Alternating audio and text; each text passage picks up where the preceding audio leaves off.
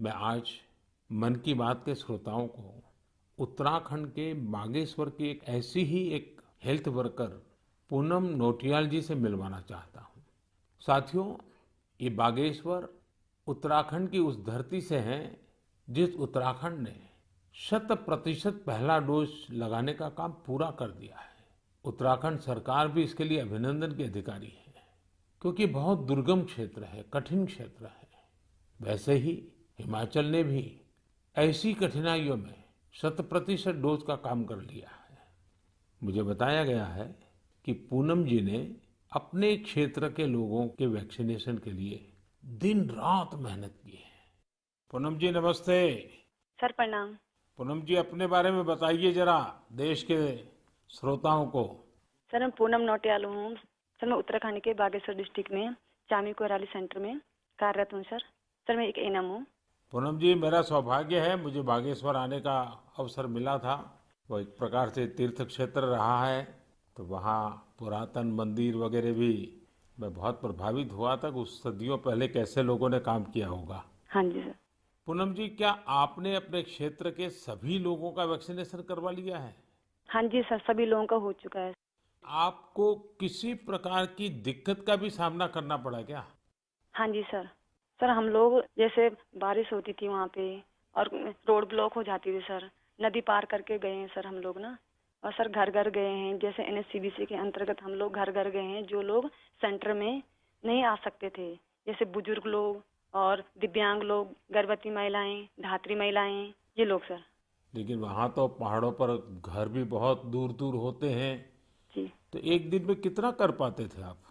Sir, kilometre के हिसाब 10 kilometre, कभी 8 किलोमीटर। खैर, ये जो तराई में रहने वाले लोग हैं उनको ये समझ नहीं आएगा कि 8-10 किलोमीटर क्या होता है। मुझे मालूम है, पहाड़ के 8-10 किलोमीटर मतलब पूरा दिन चला जाता है। हाँ जी।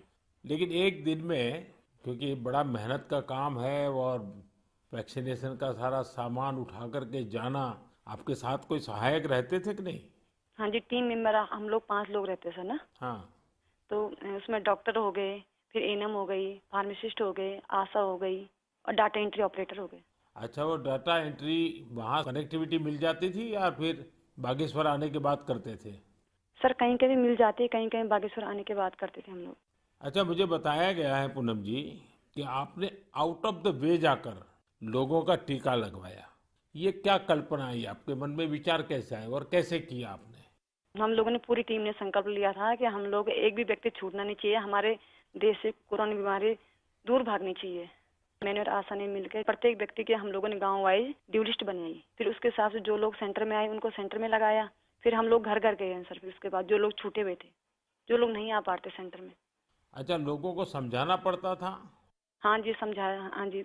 लोगों का उत्साह है अभी भी वैक्सीन लेने का? हाँ जी सर। हाँ जी, अब तो सर लोग समझ गए हैं। फर्स्ट में बहुत दिक्कत हुई हम लोगों को समझाना पड़ता था कि ये जो वैक्सीन है सुरक्षित है और असरदार है। हम लोग भी लगा चुके हैं, तो हम लोग तो ठीक हैं, आपके सामने हैं। और हमारे स्टाफ ने सबने लगा लिया है, तो हम लोग ठीक हैं। कहीं पर वैक्सीन लगने के बाद किसी की शिकायत आई बाद में?